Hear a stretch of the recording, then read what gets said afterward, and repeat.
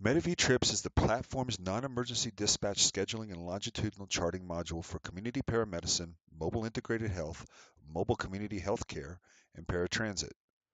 It overlaps both mobile and hub, and key features and functions include scheduling immediate preset and recurring encounters and home visits, creating longitudinal patient care records with a full view of the patient's record history, action items to help track the program's goals clinically, financially, and operationally, unlimited number of customizable surveys when deployed found in the MCHP tab, the ability to import patient encounters, database information, and auto-generate profiles, the ability to generate billing calculations based upon factors associated with the patient's encounters, and interoperability between MEDIVIEW and other NMSIS v3 EPCR systems. To access trips, you'll want to click on the top-level workflow button at the bottom left-hand of the home screen labeled Trips. And this will take you into the Trips module. Up at the top of the page, you have Trip Assignment, Trip Booking, Trip Charges, and Trip Import. I'll cover each one of these in detail starting with Trip Assignment. With Trip Assignment, this allows you to search through existing scheduled trips as well as create new trips and manage the assignment for the new trip. If you have already scheduled a trip in the system, you can use the search interface to filter down the trips you are searching for. Notice you have date, start time, and end time, and then you have several different filter sections, which includes vehicle profile, assignee, station, and vehicle. The more you select, the more specific your search criteria becomes. For this example, I'm just going to search upon a trip I'd already created into the system, which is scheduled for tomorrow. So I'm going to click the date calendar, and I'll select tomorrow's date, and we'll click the search button. Okay, now you can see the scheduled trip in the grid. If you hover over top of the trip, click on it to select it. And notice that the bottom portion of your page comes to life. You have the Assigned To button, which will allow you to assign this to any one of your crew members. You can assign this to a specific station. You can assign it also to a vehicle. You can change the contract in which the trip belongs to. You can change the vehicle profile. And you can change the service type. Down below that, notice you can set the status to either pending, trip complete, no-show, canceled trips, aborted, and missed. Notice to the right of that you have an Apply Charges button. Below that you have a Comments section. You have a mileage field, a wait time field, and a total time field. If you look back up at the grid, to the right of your line item, you have a button that will allow you to manage your stops. And also you can edit your trip from here as well. I'd like to take a moment and dive into the stops section and show you what that screen looks like. Notice up in the top left-hand corner, you have response, scene, destination, and base. Notice as well, on the right-hand side in the main section, over in the top left-hand corner of that, you have tabs such as location, arrival, and departure. This gives you a lot of different data points that you can fill out for this trip.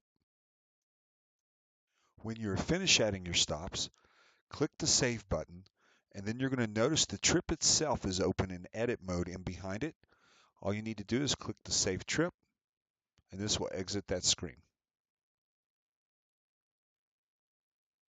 To add a new trip, click New Trip up in the top right-hand corner, and this will open up a new trip entry form. From this point, you should use the search interface and conduct a search on the patients you are wishing to schedule a trip for and see if a patient profile has already been created for them. If there has been one, You can select that patient and have that information already import into the trip. And for this example, I do see the patient, Trista ONKST. So I'll select this and I'll click Use Selected Patient. And then notice how this will complete most all the information on this page where information was found inside the patient profile. From here, you can complete the rest of this form. Notice that beneath this top section, you have a hidden additional needs section. Just click the Show button, and then you can select whatever is needed inside of that section, and you can hide it again. You have the same thing for reason and chief complaint for the trip. All I got to do is hit the Show button, and then I can select or deselect whatever item I need to from inside that section. The trip details, if this is a reoccurring trip, all I have to do is put a check mark inside of reoccurring, and this will bring up a window to allow me to complete the details associated with that reoccurrence. Now, the information in the trip details is associated with the section at the very bottom. Notice that we already have a leg. Right now it's labeled will call. And if I go down to the very bottom and I set the trip start date and time to now, notice that the 2300 automatically comes up to this particular leg and is assigned 2300. Watch what happens when I click Add Additional Leg. Now I have the ability to toggle back and forth between the two. And you can see that the information will either appear or disappear based upon which one I have selected. So for example, if this particular leg, I wanted to change this to the following morning at 0:30, then notice that now I have two legs. And let's just say that on this one, we had this assigned to David Saylor, but on this one, for some reason, we wanted to assign this to Jonathan Fite. Then you can see here that both of these legs have different attributes selected beneath it. You also have a record stopovers. And just like we've seen this already once, but I think I failed to mention that if you need to add additional stopovers, you can click the Add button, and this will create additional stopovers for you. Same thing for record passengers. When you fill out this for your passenger information,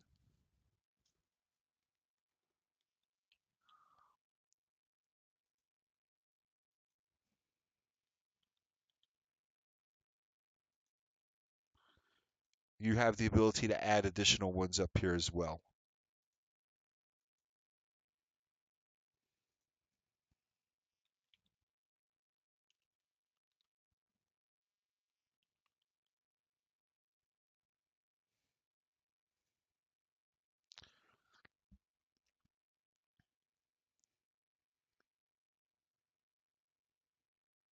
Then once you're finished, you just click the Save Trip button.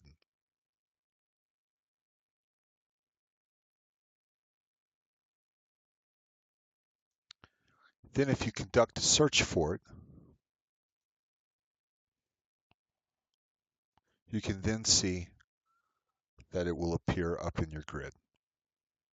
Okay, trip booking gives you the ability to search for the trips based upon the patient's last name, first name, date of birth, last four of their social, a start date, or an end date. When you do a search, anything based upon the criteria that you've selected or entered will appear down in the grid.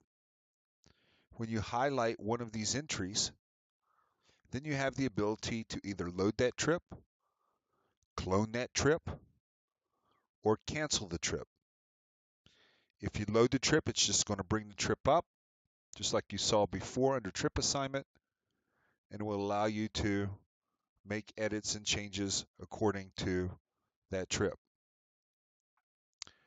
If you want to clone the trip, this will bring this up as a new trip, allowing you to make the edits and changes that you need to, and then modify just specific data points, and then save the trip as a brand new trip in the system. And then you have the ability to cancel a trip. Now, it's good to note that canceling a trip doesn't delete the trip from the database, but rather it sets a status of the trip to canceled. You can also add new trips from this screen as well by clicking the New Trip button.